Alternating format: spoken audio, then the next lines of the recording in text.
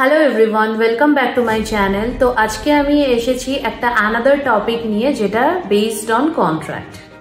তো আজকে আমরা ডিসকাস করব what is performance of A contract. তো এটা খুব একটা ইম্পর্টেন্ট টপিক, কিন্তু আমি খুব ইজিলি এক্সপ্লেন করব, যেটা তোমাদের বুঝতে খুব সুবিধা হবে।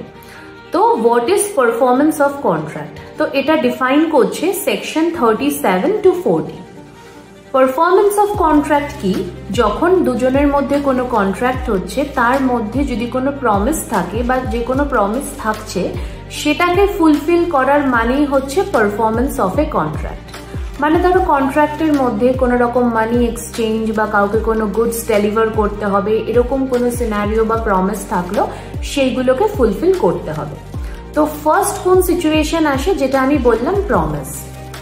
ধরো কোনো একটা পেইন্টার আমাকে বলেছে সে আমার বাড়িটা রং করে দেবে, তো মাস্ট তাকে সেই কাজটা করতে হবে বা তাকে সেই প্রমিসটা রাখতে হবে।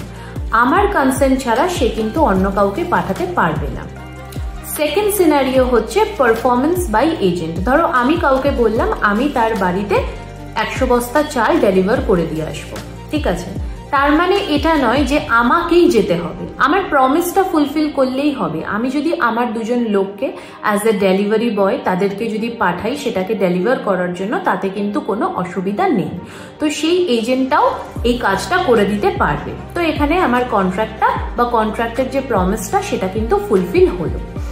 এবার থার্ড সিনারিও যেটা আসে, যে আমার মধ্যে ধরো কোনো পার্সোনাল স্কিল আছে। ধরো আমি যেখানে একটা কোনো পার্সোনাল স্কিলের ইনভলভমেন্ট থাকছে, ধরো আমি একটা খুব ভালো সিঙ্গার, কেউ আমাকে কোনো ইভেন্টের জন্য বুক করেছে, এগ্রিমেন্ট আমার সাথে হয়েছে, আমি এগ্রিমেন্টে সিগনেচার করেছি, কি টাকা দেবে না দেবে সমস্ত কিছু আমার সাথে হয়েছে। সেই সিচুয়েশনে কিন্তু আমি অন্য কাউকে পাঠাতে পারি না, কেন কি এখানে আমাকে দেখে বুক করা হয়েছে, আমার এখানে পার্সোনাল স্কিলের ইনভলভমেন্ট রয়েছে। তো সেখানে আমারই দায়িত্ব সেই প্রমিসটাকে ফুলফিল করা বা সেই ইভেন্টটাকে ফুলফিল করা। এরপরে ফোর্থ যেটা সিনারিও আসে, সেটা ধরো লিগাল রিপ্রেজেন্টেটিভ যদি কোনো প্রমিসার মারা যায়, ঠিক আছে? তো সেই সময় ধরো আমি কাউকে প্রমিস করেছিলাম কিছু করব, ঠিক আছে? ধরো আমার যে হাজব্যান্ড, ধরো আমি আমার হাজব্যান্ড বলেছিল যে কারোর থেকে লোন নিয়েছিল এবং তাকে সেই লোনটা দেওয়ার দায়িত্ব ছিল, এবং সে মারা গেল। তো সেই সিনারিওতে কিন্তু আমার ফুল রেসপন্সিবিলিটি তাকে সেই টাকাটা ফেরত দিয়ে দেওয়া, কেন কি আমি তার অ্যাজ এ লিগাল রিপ্রেজেন্টেটিভ হিসাবে কিন্তু সেই প্রমিসটা ফুলফিল করব বা সেটার আমার দায়িত্ব রয়েছে। লাস্ট সিনারিও হচ্ছে জয়েন্ট প্রমিসার। ধরো আমরা তিনজন মিলে কারোর থেকে 30,000 টাকা নিয়েছি, তো আমাদের তিনজনের সেম লায়াবিলিটি এবং রেসপন্সিবিলিটি সেই টাকাটা তার কাছে ফেরত দেওয়ার, ঠিক আছে? তো এটা হচ্ছে লাস্ট সিনারিও।